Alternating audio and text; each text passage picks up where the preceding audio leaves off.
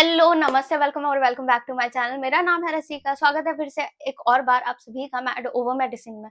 फिर से पुरानी एनर्जी के साथ मैं नए टॉपिक्स लेके आ गई हूँ।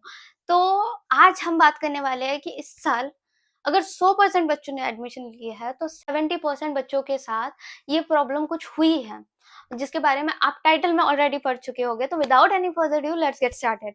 सो हम आज बात करने वाले हैं कि कैसे बहुत से लोगों ने इस साल बहुत से बच्चों को, पेरेंट्स को मैनिपुलेट किया, मिसलीड किया, जिसके वजह से क्या-क्या इम्पैक्ट हुआ है उन बच्चों की लाइफ में, पेरेंट्स के लाइफ में। तो उसके बारे में हम डिटेल में इस वीडियो में डिस्कस करने वाले हैं। तो इस वीडियो को कुछ 4 पार्ट में मैंने डिवाइड कर रखा है सो दैट आपके लिए सिंपल हो समझने के लिए। तो इसका ये कैसे वर्क किया, मैनिपुलेटिंग एजेंडा जो है वो कैसे वर्क किया, ठीक है, उसका इम्पैक्ट क्या-क्या पड़ा, उसके आउटकम क्या-क्या निकले और उसके बाद कंक्लूजन क्या है इस वीडियो का, तो हम उसके बारे में बात करने वाले हैं।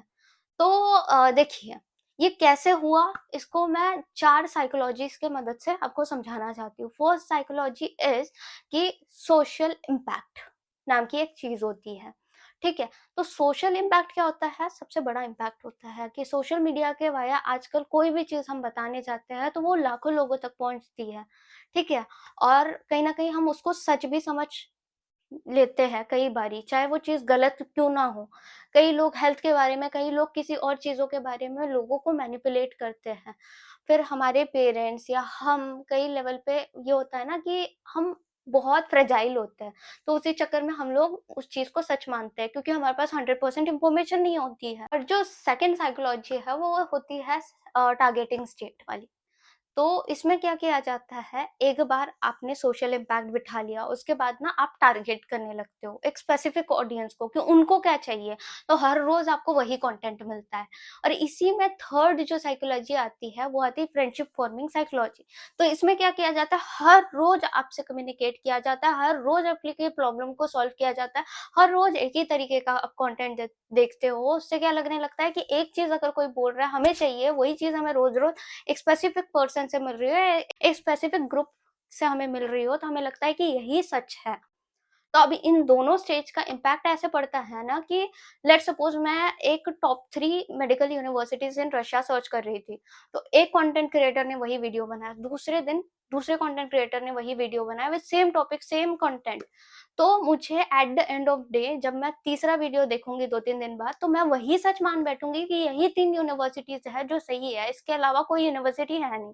अब इनका इसका इम्पैक्ट और एक पड़ सकता है, ये एक बहुत ज़्यादा अमाउंट ऑफ, क्योंकि हम सोशल मीडिया हैंडल कर रहे हैं, तो बहुत ज़्यादा अमाउंट ऑफ क्राउड उन सब 3 स्पेसिफिक यूनिवर्सिटी में आ जाए, जबकि उस यूनिवर्सिटी में कोई उसकी जगह भी नहीं है, उतने बच्चों की जगह भी नहीं है तब भी, ठीक है?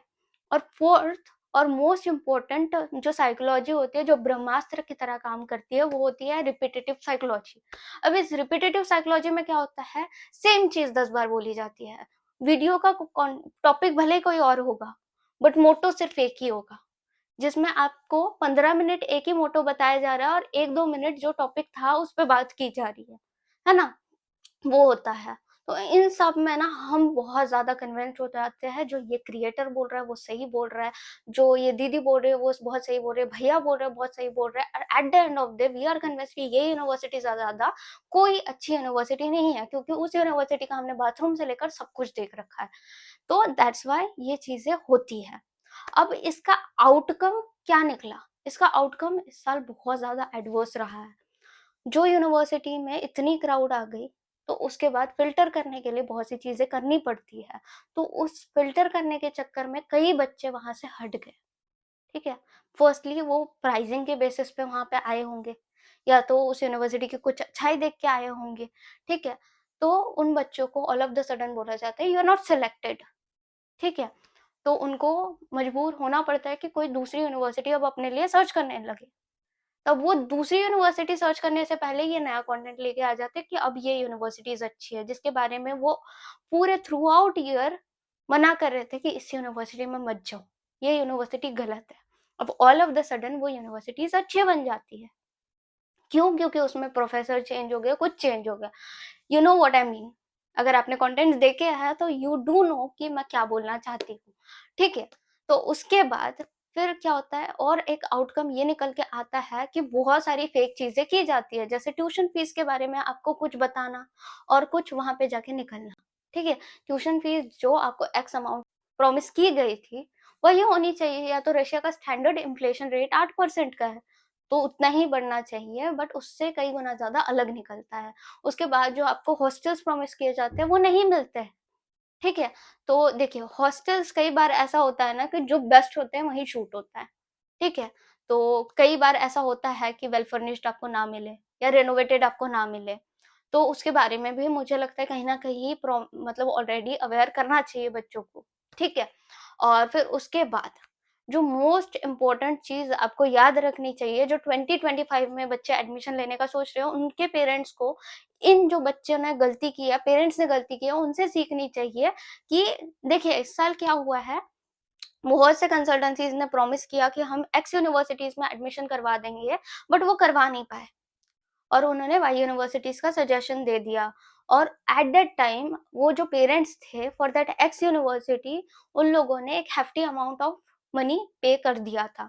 उसकी वजह से वो मजबूर थे, उनको पता था कि हमें कंसल्टेंसी से पैसा वापस नहीं मिलने वाला है, तो उन्होंने अपने मन को कई बार समझाया है कि ये यूनिवर्सिटी अच्छी है। मैं एक स्क्रीनशॉट जोड़ देती हूँ, इन पेरेंट्स ने ऑलरेडी अपने बच्चे के लाइक 60 या 1 लाख समथिंग पे कर चुके थे। एंड उसके बाद जब मैंने उन्हें बताया तो उनको चीजें समझ आ रही थी, बट वो समझना नहीं चाह रहे थे। अब जब उनका बच्चा जाता है तो ये मेरे पास मैसेज आता है कि दीदी आपने जो चीजें बताई थी कि यहाँ हॉस्टल नहीं मिलेगा, नहीं मिला, अब हम डोम में रह रहे हैं, हम क्या करें। आपने जो यूनिवर्सिटी बताई थी क्या हम उसमें अभी एडमिशन ले सकते हैं, तो मेरा सिंपल उसको सजेशन था जो आपको अट सकते हो, क्योंकि मैं किसी को भी गलत सजेशन नहीं देना चाहती हूँ। अब यहाँ पे बात जब आपका बच्चा पहुंच जाता है इसकी नहीं रह जाती कि वो उसको क्या दिक्कत हो रही है, अब बात ये रह जाती है कि आपने एक 2-3 महीने ही निकाले हो भले, बट आपका पैसा ऑलरेडी बहुत जा चुका है, लाखों में जा चुका है। ठीक है, तो उसके बाद अब बैक स्टेप नहीं ले सकते हो, आपको जो कंडीशन है उसमें एडजस्ट करना पड़ेगा अभी थ्रू आउट 6 ईयर, क्योंकि अब तो ट्रांसफर भी नहीं ले सकते, वो वैलिड नहीं है। ठीक है, ये चीज हुई। फिर उसके बाद और एक चीज जो बहुत ज्यादा मेस्ड अप थी, जो बहुत से पेरेंट्स के साथ हुई है, कि कई कंसल्टेंसीज ने क्या किया, फेक एडमिशन लेटर निकाले सो दैट वो जो इस यूनिवर्सिटी में बच्चों को भेजना चाहते हैं वहां भेज सकते हैं। उन्होंने पहले प्रॉमिस किया, जिस एक्स यूनिवर्सिटी में बच्चों को जाना था उस यूनिवर्सिटी के लिए उन्होंने प्रॉमिस किया। उनको पता था कि वो वहां नहीं करवा सकते हैं, बट एट द एंड उनको ये भी पता था कि इनके पास जब तक हम उनको सच बताएंगे तब कोई ऑप्शन नहीं रह जाएगा। तो उन्होंने क्या किया, इसका प्रॉमिस कर दिया, इसका एक फेक लेटर निकाल दिया और फिर लास्ट में बोला यहाँ नहीं हो सकता, आप यहाँ चले जाओ। कई बच्चे वहां चले गए और कई बच्चों ने वहीं पे अपना प्रोसेस स्टॉप करवा दिया। तो मैं आपको ये आपके स्क्रीन पे 2 एडमिशन लेटर आपको दिख रहे होंगे, एक है चेचन का, एक है किमोरोव का, दोनों ही फेक है। अब बोलोगे कैसे फेक है, तो आप इस पे स्टैम्प देख सकते हो, आप इसका फॉर्मेट देख सकते हो, आपको पता चल जाएगा कि ये फेक है। ठीक है, कंक्लूजन दे दिया, कुछ टिप्स भी आपको देना चाहूंगी कि देखिए, फर्स्ट टिप मेरी यही रहेगी कि भेड़ चाल के पीछे मत जाइए। बहुत से लोग हैं जो कंटेंट बनाते हैं, बहुत से लोग हैं जो कंटेंट कंज्यूम करते हैं, और दोनों ही चीजें बहुत ज़्यादा इम्पोर्टेंट है, क्योंकि जब तक हम कंटेंट कंज्यूम नहीं करेंगे तब तक हमें इन्फॉर्मेशन कैसे मिलेगी कि क्या सही है क्या गलत है। क्योंकि कई बार ऐसा होता है कि हमसे कई गुना 10 गुना ज़्यादा एक्सपीरियंस लिए वाले जो पर्सन बैठ के वीडियो बनाते हैं वो होते हैं। तो आपको उनसे इन्फॉर्मेशन ज़रूर लेनी चाहिए, आपको उनसे सारी अच्छी चीज़ें लेनी चाहिए, बट बुरी चीज़ों को कभी सपोर्ट मत करो। तो जो भी लोग ये भेड़ चाल कर रहे हैं ना उसके पीछे मत जाओ। जो वो लोग बोल रहे हैं ब्लाइंडली उसको ट्रस्ट करने की कोई ज़रूरत नहीं है। अपना दिमाग लगाओ। ठीक है, अपने जो आपको अंदर से फीलिंग आ रही है उसको ट्रस्ट करो। कोई जरूरत नहीं, अगर आपके 60,000 गए हैं ना तो आप उस मनी को वापस ले सकते हो बकायदा। ठीक है, तो आप वो पैसे वापस लो। ठीक है, आप उस पर्सन को जो उसने आपके साथ गलत किया है वो उसके बारे में आपको शायद कहीं ना कहीं कंप्लेन करनी चाहिए, डरना नहीं चाहिए। क्योंकि जब उन्होंने प्रॉमिस किया है तो उनको आपको एट द एंड मोमेंट तक वहीं पे एडमिशन करा के देना चाहिए, तो it is consider as a fraud. तो उस फ्रॉड के बारे में आपको कंप्लेन करनी चाहिए अगर वो पैसे नहीं दे रहे हैं। हाँ, हालांकि कुछ कंसल्टेंट होते हैं जो लास्ट तक प्रोसेस करवाते हैं, उसके बाद पेरेंट्स पैसे वापस मांगते हैं, तो दैट इज समथिंग रॉन्ग, क्योंकि उन्होंने किया है, उन्होंने काम किया है। आपको अगर प्रोसेस नहीं सामने बढ़ानी थी, आपको पहले ही बोल देना चाहिए था। ठीक है, तो अगर आपको करवानी नहीं है तो उस केस में आप वो पहले ही कंसल्टेंसी को अवेयर करना चाहिए कि वी आर कंफ्यूज्ड कि हमें करवानी है नहीं करवानी है, इसी यूनिवर्सिटी में करवानी है नहीं करानी है, स्पेसिफिक कंसल्टेंसी वाया करानी है नहीं करवानी। तो हमारा जो प्रोसेस है ना वो स्लो रखना थोड़ा। तो दे आर ऑल्सो अवेयर, मतलब वो भी अवेयर होते हैं उस बारे में। और उसके बाद थर्डली एंड मोस्ट इम्पोर्टेंट मेरी टिप ये रहेगी आपको कि जो पेरेंट्स होते हैं, स्टूडेंट होते हैं, उनको लगता है जो प्रीवियस स्टूडेंट वहाँ पढ़ रहे हैं तो उनकी एक बार हम सलाह ले लेंगे, उनसे एक बार पूछ लेंगे तो हमारे दिल को संतुष्टि मिलेगी कि हाँ अच्छी यूनिवर्सिटी है। तो मैं आपको बोलूंगी जेन्युइन रिसोर्सेज पे ट्रस्ट कीजिए रादर देन कि किसी बच्चे से बात कर लेना का हाँ मैं आपका उस भैया से बात करा दूंगी जो इस यूनिवर्सिटी में इस ईयर में पढ़ते हैं, आप ही के रीजन से है, ठीक है। अगर आप साउथ से हो साउथ से है, अगर आप पंजाब से हो पंजाब से है, इन सब पे ट्रस्ट ना करें, ठीक है।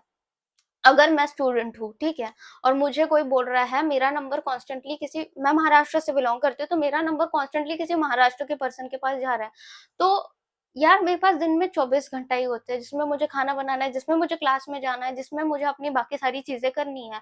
तो क्या मैं आपका हर टाइम कॉल उठा पाऊंगी? क्योंकि दिन में तो 100 बच्चे आपसे इंक्वायर करते होंगे, तो 100 बच्चों को मैं करेक्ट अमाउंट ऑफ इंफॉर्मेशन नहीं दे सकती। अगर मैं दे रही हूँ तो मेरा कहीं ना कहीं फायदा होना चाहिए, तभी मैं दूंगी, नहीं तो मैं नहीं दूंगी।